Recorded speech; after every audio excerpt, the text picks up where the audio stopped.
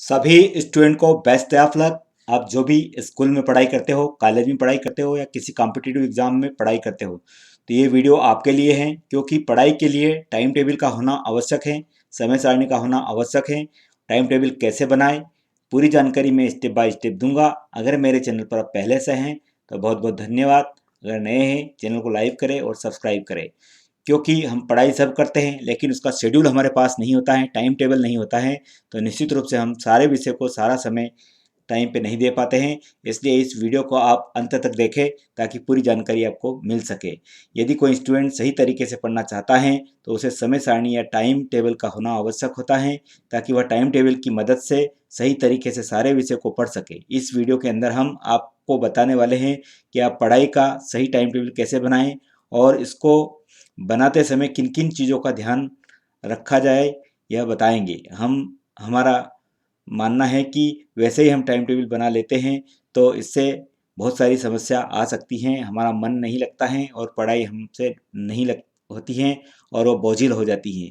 किस विषय को कितना टारगेट देना है, समय देना है, कौन सी सही समय पर डिसाइड करना है, आदि बात पक्का ध्यान टाइम टेबल बनाते समय रखना चाहिए। इस वीडियो के अंदर हम सभी बातों पर विस्तार से चर्चा करेंगे। हमें पूरा यकीन है यदि आप हमारी बातों बताए हुए तरीकों पर टाइम टेबल बनाते हैं और उसका अमल करते हैं तो बेहतर ढंग से आप पढ़ाई कर पाएंगे। ऐसी आशा के साथ चलो देखते हैं कि क्या क्या आवश्यक है टाइम टेबल बनाने के लिए। और सभी स्टूडेंट के लिए टाइम टेबल तो बनाना ही चाहिए। तो सबसे पहले मैं बता दूं आपको कि कौन सा विषय किस समय पढ़ना चाहिए, यह डिसाइड कैसे करें। बड़ी बहुत मुश्किल हो जाती हैं कि कौन सा विषय कब पढ़ें। देखिए, इसमें मेरा मानना यह है कि हर स्टूडेंट के पास 3 प्रकार के सब्जेक्ट होते हैं। पहला जो कि हार्ड होता है, कठिन होता है, दूसरा मीडियम माध्यम होता है और तीसरा होता है बिल्कुल ईजी, बहुत सरल। यदि आप स्कूल जाते हैं तो आपको 8 घंटे तो स्कूल के अंदर ही बीत जाते हैं, बाकी समय आपके पास बच जाता है, उसमें आप कैसे आप करें। तो ये 3 प्रकार के सब्जेक्ट हैं, उनके बारे में मैं डिटेल में आपको बताऊंगा। जैसे सबसे पहले हैं हार्ड विषय को कब पढ़ना चाहिए। हार्ड का मतलब कठिन, जो आपको कठिन लगता हो, है ना। तो हार्ड विषय की सबसे बड़ी खास बात यह होती है कि बोरिंग होता है और इसको ज़्यादातर देर तक पढ़ते हैं तो हम आपको बोरियत महसूस करते हैं अपने आप को। सो आपको हार्ड विषय रात के अंदर 9 बजे के बाद नहीं पढ़ना चाहिए, क्योंकि ऐसा करने से आपको जल्दी ही नींद आने लगती है। और हार्ड विषय को आप अपने टाइम टेबल के अंदर सुबह के लिए लिख सकते हैं या फिर आप शाम होने के बाद जब अपनी पढ़ाई स्टार्ट करते हैं तब ले सकते हैं। दूसरी बात, आप जब पढ़ाई स्टार्ट करते हैं तो हार्ड विषय से करें ताकि आपकी सारी एनर्जी उसमें लगे और आपको वह सरल लगने लगे। तो मेरा ये मानना है कि जब भी आप टाइम टेबल बनाएं तो हार्ड विषय को पहले उसको प्राथमिकता दें। यदि आप गर्मी के मौसम के लिए टाइम टेबल बना रहे हैं तो आप हार्ड विषय को शाम के अंदर ही पढ़ें, सही रहता है, क्योंकि सुबह उठकर पढ़ने पर आपको नींद के अंदर होते हैं और आप उस पर ठीक से ध्यान नहीं दे पाते हैं। तो हार्ड विषय को आप सबसे पहले पढ़ेंगे तो निश्चित रूप से आपको वो सरल लगेगा और उसमें मन लगेगा आपका। अब मैं आपको जो एक होता है मीडियम विषय, जो ज़्यादा सरल भी नहीं है, ज़्यादा कठिन भी नहीं है, इसके अंदर ऐसे विषय आते हैं जो आपको सामान्य लगते हैं। ऐसे विषय को हार्ड विषय के तुरंत बाद ही रखना चाहिए, लेकिन सरल विषय के बाद इसको नहीं पढ़ना चाहिए। इसका सबसे बेस्ट कम जो है आपको अपने टाइम टेबल के अंदर पहले स्थान पर ना रखें, क्योंकि ऐसा करने से बाद में आप हार्ड विषय पढ़ेंगे तो ऊब जाएंगे, आपका मन नहीं रहेगा। सो आपको टफ से सरल की ओर चलना है, मतलब कठिन से सरल की ओर चलना है। पहले कठिन पढ़े, टफ विषय पढ़े, फिर माध्यम में आए, इसके बाद फिर सरल विषय पर आए। सरल विषय आपके लिए ज़रूरी हो सकता है, सो आपको इसको सबसे ज़्यादा आप अपने टाइम टेबल के अंदर रख सकते हैं। ऐसा विषय को आप देर रात तक पढ़ सकते हैं। ऐसा विषय को पढ़ने में आपको पढ़ाई करते वक्त नींद आने की समस्या कम हो जाएगी, क्योंकि आप इसमें उबेंगे नहीं, घबराएंगे नहीं और उसमें अच्छे से आपको मन लगेगा। तो सरल विषय सबसे पहले, हार्ड विषय फिर माध्यम विषय फिर सरल विषय, ये क्रम आपके टाइम टेबल में रहना चाहिए।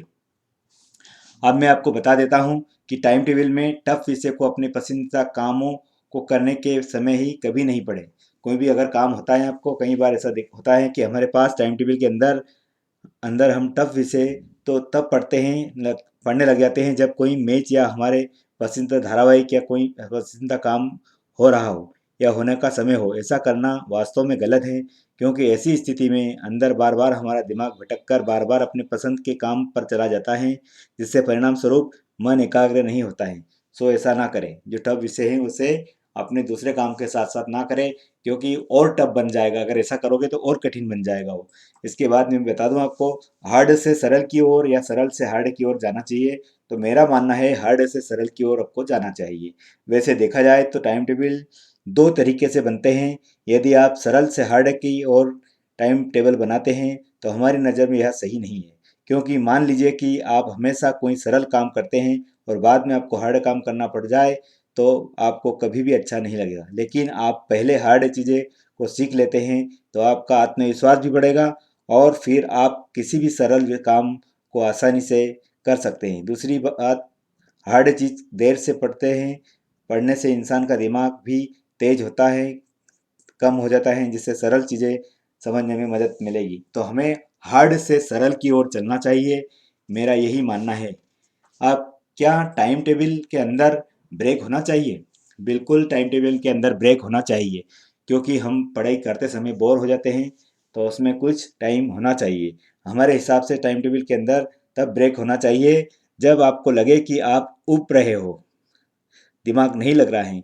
आप अपने टाइम टेबल के अंदर आधे घंटे का ब्रेक दे सकते हैं, जिसके अंदर आपका कोई ऐसा काम करना चाहिए आप एकदम खुश हो जाए, मतलब आपका मूड फ्रेश हो जाए और आपको अच्छा महसूस हो। आप ब्रेक का समय अपने हिसाब से तय कर सकते हैं, ताकि आपको वापस पढ़ाई में मन लगे। तो टाइम टेबल के अंदर ब्रेक होना अति आवश्यक है। अब मैं बता रहा हूँ आपको कि टाइम टेबल के अंदर टारगेट अवश्य रखें, क्योंकि ऐसा पढ़ने से तो कोई मतलब निकलता नहीं है। टाइम टेबल के अंदर टारगेट रखें।